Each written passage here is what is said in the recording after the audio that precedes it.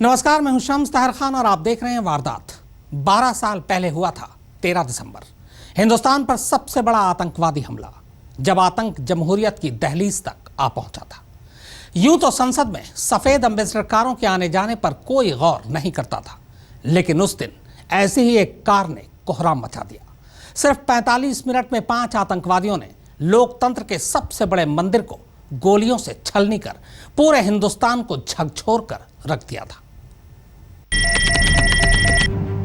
13 दिसंबर 2001 सुबह 11:28 संसद भवन, दिल्ली। बात कही थी उस समय स्वीकार नहीं हुई। संसद के शीतकालीन सत्र की सरगर्मी तेज कर दिया। विपक्ष के जबरदस्त हंगामे के बाद दोनों सदनों की कार्यवाही 40 मिनट के लिए स्थगित की जा चुकी थी। सदन स्थगित होते ही प्रधानमंत्री अटल बिहारी वाजपेयी और विपक्ष की नेता सोनिया गांधी लोकसभा से निकलकर अपने अपने सरकारी निवास के लिए कूच कर चुके थे। इसीलिए विड्रॉल का सवाल नहीं, लेकिन बिल लिस्टेड है। पर गृह मंत्री लालकृष्ण आडवाणी अपने कई साथी मंत्री और लगभग 200 सांसदों के साथ अब भी लोकसभा में मौजूद थे। वो केवल इसलिए कर रहे हैं कि कुछ लोग हमारी विपक्ष के। हमेशा की तरह लोकसभा परिसर के अंदर मीडिया का भी पूरा जमावड़ा मौजूद था। तब तक बहुत से सांसद और मंत्री भी सदन के अंदर से बाहर निकल आए थे और गुनगुनी धूप का मजा ले रहे थे।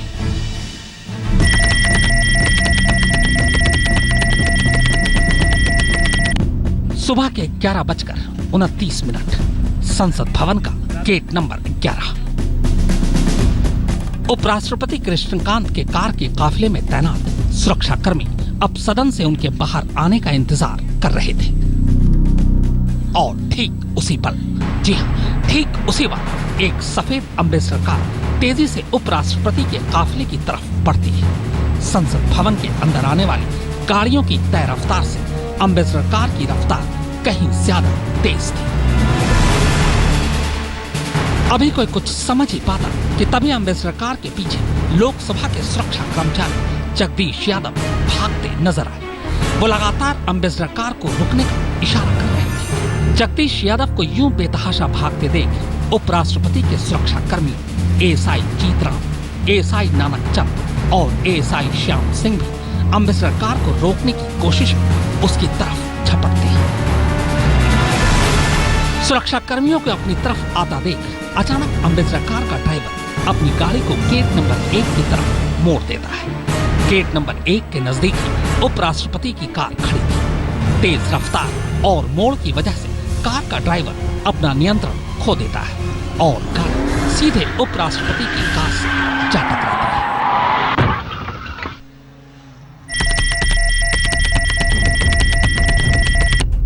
सुबह 11:30 गेट नंबर 1 संसद भवन।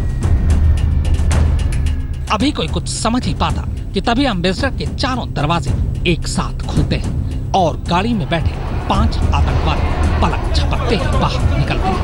फिर अंधाधुंध गोलियां बरसाना शुरू कर देते हैं।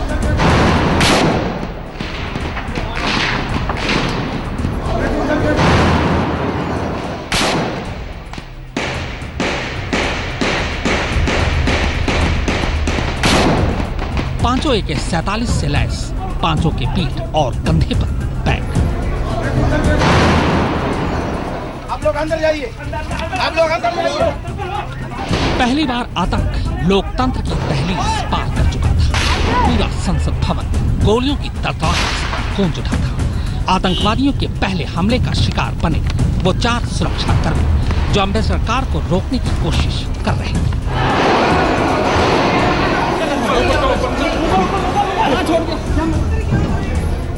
पर संसद भवन में मौजूद बाकी लोगों को अभी भी पता नहीं था कि क्या हुआ या क्या हो रहा है।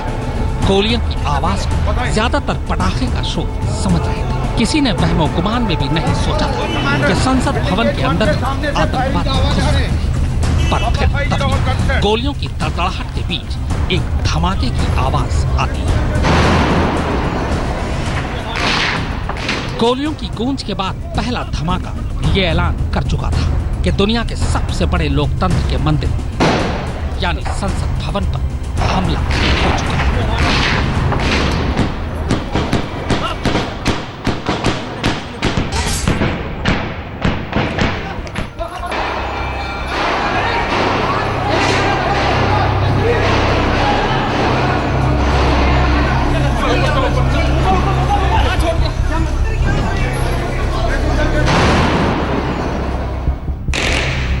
गोलियों की तड़तड़ाहट और धमाकों की गूंज के बीच सुरक्षा कर्मियों को लहूलुहान जमीन पर गिरते देख पल भर में तस्वीर साफ हो चुकी थी। और तस्वीर साफ होते ही अब संसद भवन के अंदर चारों तरफ अफरा तफरी और दहशत का माहौल था, जिसे जिधर जो कोना दिखाई दे रहा था वो उधर ही भाग रहा था। अब भी गोलियों की आवाज सबसे ज्यादा गेट नंबर 11 की तरफ से ही आ रही थी। पांचों आतंकवादी अब भी एम्बेसडर कार के ही आसपास से गोलियां और ग्रेनेड बरसा रहे थे। आतंकवादियों को गेट नंबर 11 की तरफ जमा देख तभी संसद भवन के सुरक्षाकर्मी दिल्ली पुलिस और सीआरपीएफ के जवानों के साथ गेट नंबर 11 की तरफ बढ़ते हैं। अब दोनों तरफ से गोलीबारी शुरू हो चुकी थी। गोलीबारी से महज कुछ 100 मीटर की दूरी पर मौजूद गृह मंत्री लाल कृष्ण आडवाणी को भी तब तक हमले की खबर मिल चुकी थी। लिहाजा आडवाणी और रक्षा मंत्री जॉर्ज फर्नांडीज समेत तमाम वरिष्ठ मंत्रियों को फौरन सदन के अंदर ही महफूज जगहों पर ले जाया गया। इसके साथ ही सदन के अंदर जाने वाले तमाम दरवाजे भी बंद कर दिए गए और वहां सुरक्षा कर्मी अपनी अपनी पोजीशन ले लेते हैं। उधर दूसरी तरफ सुरक्षा कर्मियों को गेट नंबर 11 की तरफ बढ़ते देख पांचों आतंकवादी भी अपनी पोजीशन बदलने लगते हैं। 5 में से एक आतंकवादी गोलियां चलाता हुआ अब गेट नंबर 1 की तरफ भागता है, जबकि बाकी 4 आतंकवादी गेट नंबर 12 की तरफ बढ़ने की कोशिश करते हैं। पांचों अब भी लगातार गोलियां बरसा रहे हैं। आतंकवादियों की कोशिश किसी तरह सदन के दरवाजे तक पहुंचना था ताकि वो सदन के अंदर घुस सके, मगर सुरक्षा कर्मियों ने पहले ही तमाम दरवाजों के इर्द गिर्द अपनी पोजीशन ले रखी थी। इसके अलावा आतंकवादी जिस तरह गोलियां बरसाते हुए इधर उधर भाग रहे थे, उससे साफ लग रहा था कि वो अंदर तो घुस आए, पर उन्हें यह पता नहीं है कि सदन के अंदर दाखिल होने के लिए दरवाजे किस तरफ हैं। इसी अफरा तफरी के बीच एक आतंकवादी जो गेट नंबर 1 की तरफ बढ़ा था, वहीं से गोलियां बरसाता हुआ सदन के अंदर जाने के लिए संसद भवन के गलियारे से होते हुए एक दरवाजे की तरफ बढ़ता है। लेकिन इससे पहले कि वो अपनी कोशिश में कामयाब होता, उसे सुरक्षा बलों की गोली लग जाती है। गोली लगते ही गेट नंबर 1 के करीब गलियारे में ही दरवाजे से बस कुछ ही दूर वो गिर पड़ता है। पहला आतंकवादी अभी वो जिंदा था। सुरक्षाकर्मी उसे पूरी तरह से निशाने पर लेने के बावजूद उसके करीब जाने से अभी भी बच रहे थे, क्योंकि डर ये था कि कहीं वो खुद को उड़ा न दे। और सुरक्षाकर्मियों का यह डर गलत भी नहीं था, क्योंकि घायल जमीन पर गिरने के कुछ ही पल बाद जब उस आतंकवादी को लगा कि अब वो चारों तरफ से घिर चुका है, तो उसने फौरन रिमोट दबाकर खुद को उड़ा लिया।